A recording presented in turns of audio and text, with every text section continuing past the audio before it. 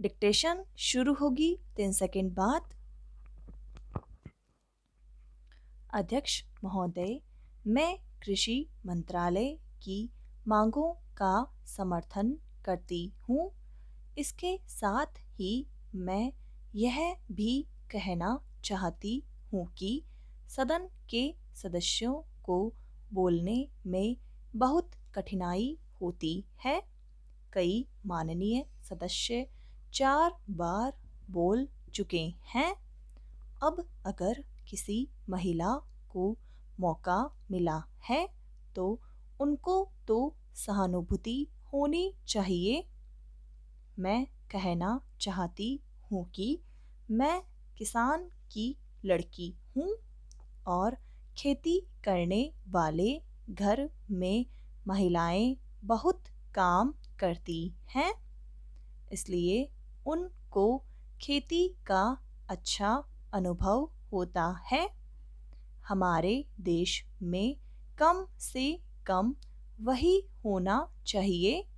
कम खेती करने वाले घरों में महिलाएं ज़्यादा काम करती हैं। उनको हर सुविधा होनी चाहिए।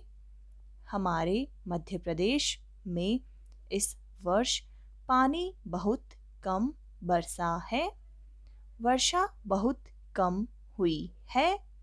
वर्षा कम होने की वजह से फसल बहुत कम हुई है। इसलिए मेरी प्रार्थना है कि किसानों का इस वर्ष का लगान माफ़ कर दिया जाना चाहिए। उनसे इस वर्ष लगान बिल्कुल नहीं लिया जाना चाहिए। वहाँ पर किसान ने अगर 5 मन बीज डाला था तो मुश्किल से 10 मन गेहूं ही हुआ होगा। किसान रो रहे हैं, उनको कोई सुविधा नहीं है, इसलिए उनका इस वर्ष का लगान माफ़ कर दिया जाना चाहिए। आपको चाहिए कि आप गेहूं की कीमत निर्धारित कर दें।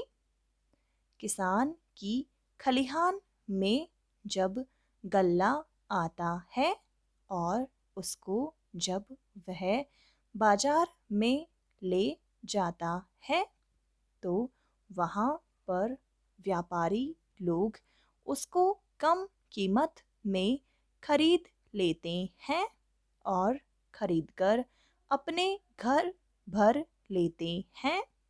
बाद में जब जनवरी फरवरी का महीना आता है उस समय उसको दुगुने या उससे भी अधिक दामों पर बेचते हैं। जनवरी फरवरी से पहले वे गल्ला घरों से निकालते ही नहीं हैं। किसानों को व्यापारी लोग कम दाम देकर चूसते हैं। किसानों के घर में कुछ नहीं बचता है। इसलिए हमारे कृषि मंत्री जी को सोचना चाहिए कि फसल आने के पहले वह दाम निर्धारित कर दें।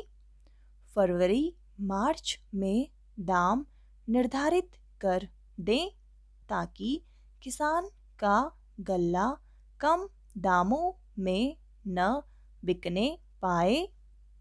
अन्न की समस्या आज बहुत नहीं है।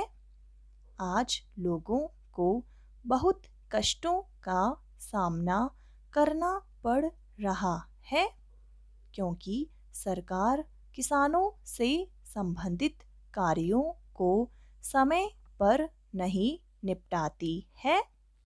समय रहते किसान की उन्नति और खेती के सुंदर विकास के संबंध में मैंने बहुत सी बातें की।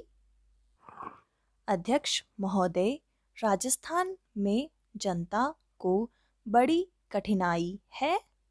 वहाँ सूखा पड़ा हुआ है, मवेशी मर रहे हैं। ऐसे जो स्थान हैं वहाँ आपको कदम उठाने चाहिए। वहाँ लोगों को तथा मवेशियों को खाने के लिए देना चाहिए, उनकी सहायता करनी चाहिए। अगर आपने शहरों का ही ध्यान रखा और देहातों की समस्या व किसान की समस्या को हल नहीं किया तो भविष्य में बड़ा संकट पैदा हो सकता है।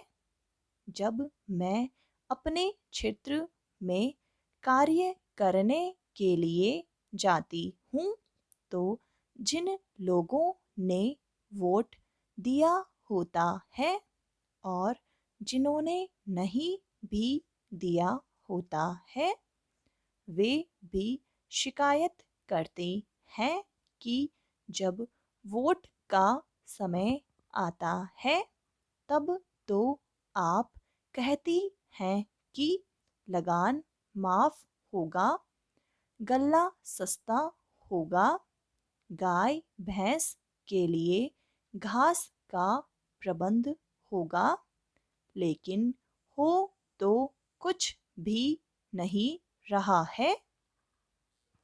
अंग्रेजों से जब हमने राज प्राप्त किया था उस समय नारा लगाते थे कि लगान माफ होगा, नहरें खोदी जाएंगी, गाय भैंस के लिए घास का इंतजाम किया जाएगा, लेकिन कुछ नहीं हुआ। लगान भी दुगुना बढ़ गया है।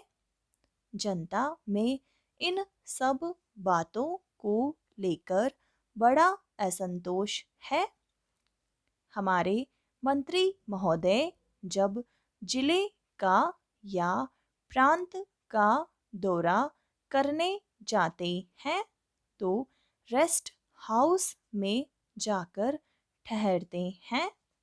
देहातों में जाएं तो उनको असली हालत का पता चले, लेकिन वे तो रेस्ट हाउस में जाकर ठहरते हैं ताकि कहीं उनको लू न लग जाए।